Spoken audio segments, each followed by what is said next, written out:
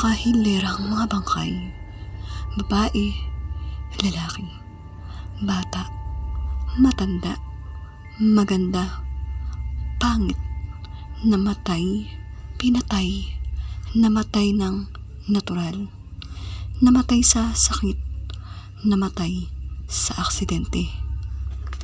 Araw-araw, iba-ibang klase ng mga bangkay ang kasama ni Pido. Nililinisan niya, pinapaliguan. Iyon ang trabaho niya sa morgue ng mumurahing hospital na yon sa probinsya nila. Isa siya sa mga assistant ng tiyuhin niyang embalsamador. Noong una ay natatakot siya, pero nang lumaon, naging ordinaryo na lang sa kanya ang tumingin at humawak ng katawan ng mga patay. Hindi na niya napapanaginipan ang mga ito tulad noong una. Hindi na siya binabangungot sa itsura ng mga muka at katawan na deporma ng krimen at mga sakuna. Isang gabing malakas ang ulan ay naging napakaabala ng mga tauhan sa morgue. May aksidenteng naganap sa hindi kalayuan sa hospital. Marami ang patay. Hindi halos makapagpahinga si Pido. Umikot na ang panin niya sa pagod. Dating at dating pa din ang mga bangkay na kanilang aasikasuhin. May bombang sumabog sa loob ng punong-punong bus mula sa kanilang probinsya patungong Maynila. Ang sabi ay masasamang loob daw ang gumawa noon. May nagsabi naman na isang natanggal na driver bus company ang nag-iwan ng bomba para makaganti.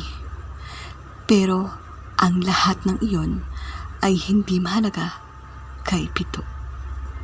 Ang alam niya ay marami siyang kailangang trabahuhin, mga katawang naputol at nagkahiwa-hiwalay, mga mukhang nasunog, mga balat na humiwalay sa laman. Kailangan niyang maging napakaingat sa paglilinis ng mga bangkay upang mapreserba ang maayos na anyo ng mga ito. Bandang hating gabi ay isa na lamang siya na naiwan sa morgue. Ang dalawa pang assistant ay kinatulong ng embalsamador sa amain para tingnan ang mga bagong dating na bangkay na hindi na maaaring pagkasyahin sa morgue. Hindi naman matatakotin si Pido. Matagal na niyang trabaho at talagang baliwala lang sa kanya ang mapaligiran ng mga patay. Ngunit isang matandang babae ang numakaw ng kanyang pansin. Kulubot na ang balat nito at maraming pilat ang mukha, pero sa kutis ay mahihinuhang mayaman. Sa tansya niya ay nasa lampas 60 na ang babae.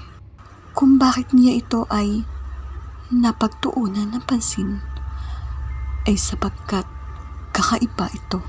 Sa lahat ng dinalang bangkay sa morgue, ito lang ang bukod sa lahat na nananatiling dilat.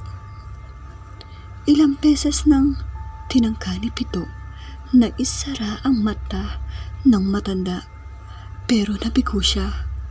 Nanatiling dilat iyon, parang nakatingin sa kanya.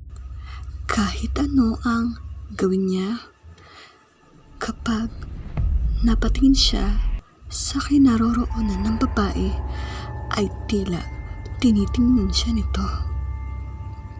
Kinilabutan tuloy siya. Hindi pa minsan man ginawa ni Pito, pero pagkakataon iyon ay kumuha siya ng pantakip sa muka ng babae. Kung maaari lang ay alisin niya ito roon dahil nagbibigay ng kilabot sa kanya kahit ang presensya ng bangkay nito. Kay tagal ng paglipas ng oras, inip na si Pito. Ang tagal naman nila, sabi niya sa sarili habang pinapahid ang pawis na tumutulo sa gilid ng noo. Nang matigilan siya, nakaramdam siya ng kaluskos mula sa kanyang likuran. Walang tao. Umalo ng dibdib ni Pito. Ibig niyang lumabas ng morgue. Tila napaho ang mga paa sa sahig. Hindi na siya makagalaw. Nagtangka siyang magsalita pero wala ring lumalabas na tinig sa labi. Gusto niyang sumigaw pero ni ayaw ng bumuka ng kanyang bibig. Butil-butil ang pawis niya. Hindi niya alam kung bakit nangyayari ang ganong karanasan. Pumikit siya. Kung panaginip ito, gisingin mo na po ako. Gisingin mo na ako. Sa isip ay sabi niya. Napapitlag siya nang may humawak sa kanyang balikat. Malamig ang mga kamay noon. Nanigas ang kanyang mga panga. Nangatog ang buong katawan. At dala marahil na sobrang pagod at matinding takot ay hinimatay siya.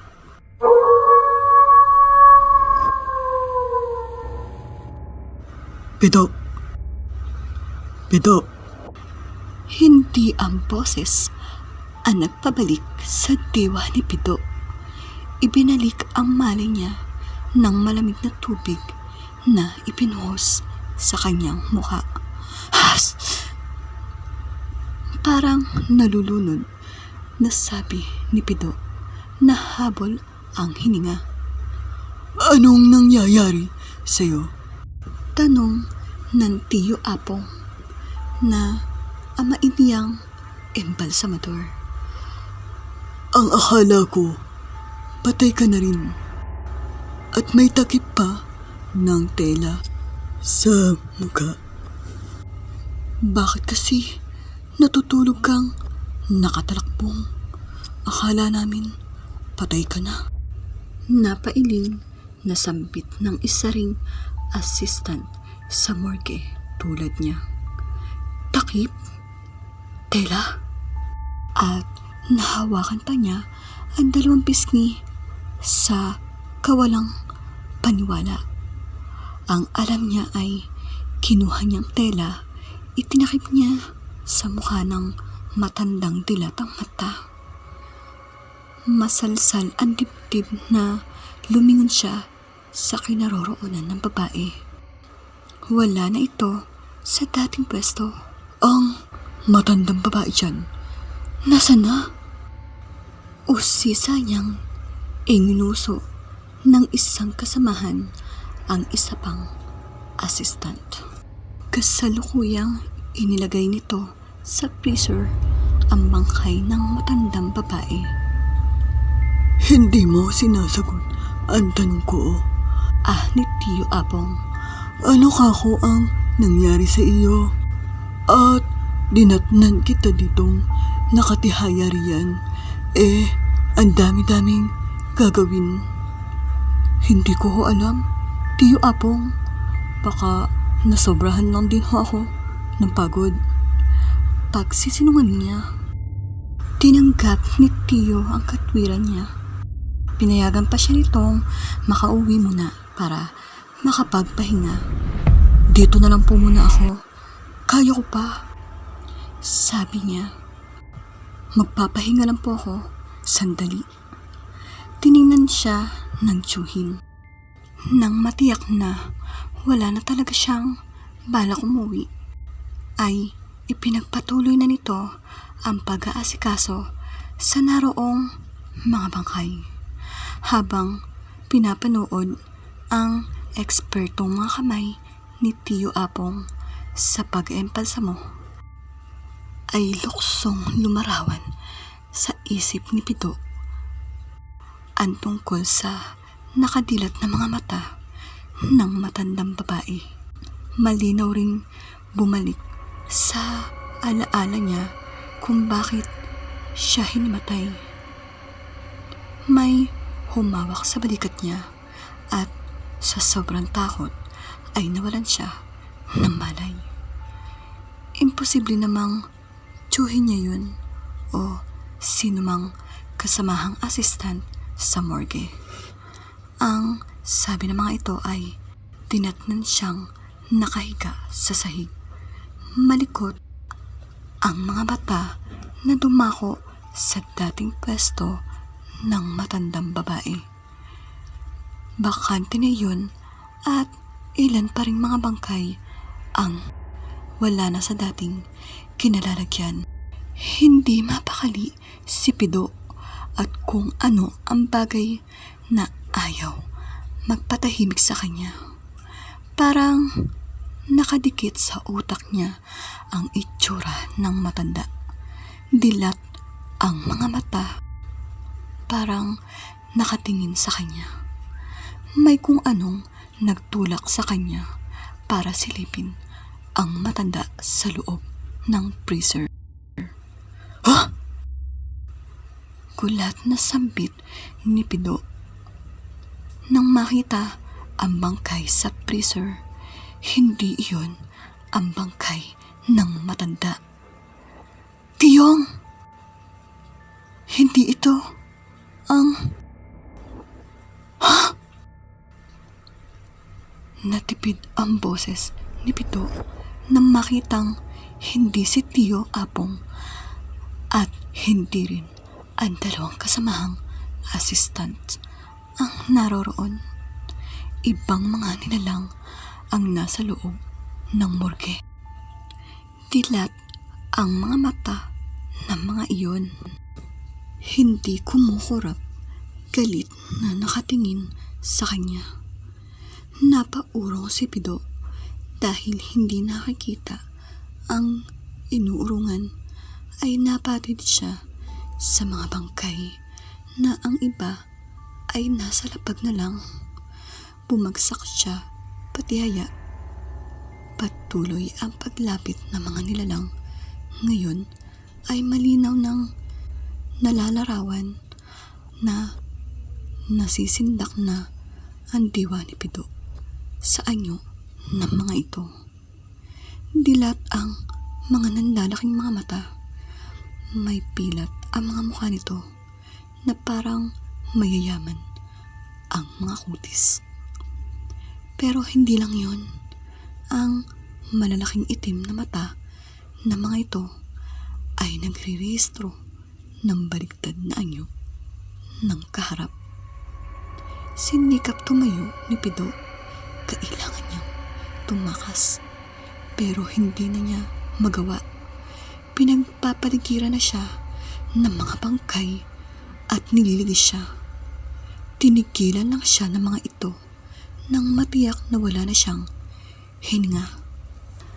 Gulat na gulat si Tiyo Apong at ang tatlo pang kasamahan ni Pido nang datnan nilang malamig na bangkay na ang binata.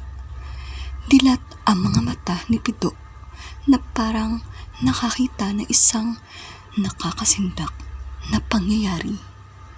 Lasog din ang katawan nito na parang pinupog at pinagtatagyakan. Kung anong nangyari ay walang makapagsabi. Tanging mga bangkay ang saksi sa naging kamatayan ni Pido.